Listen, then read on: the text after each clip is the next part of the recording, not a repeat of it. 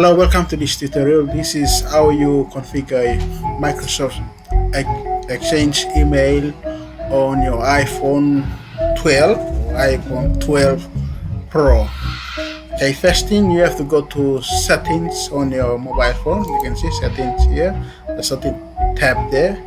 You tap on it or click on it, and then when you click on that, you will have this setting. Then you go to password and accounts under settings.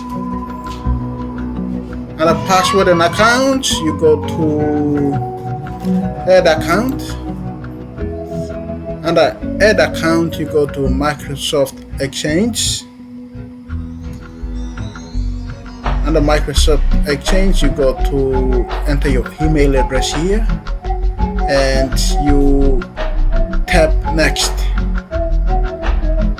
And then you select Exchange. After that, you select configure manually. Enter your password here, and then you click on save settings.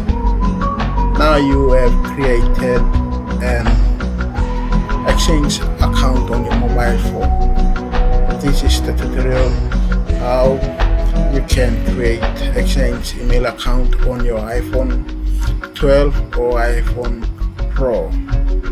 Thanks for watching this video. Please do subscribe. Thank you.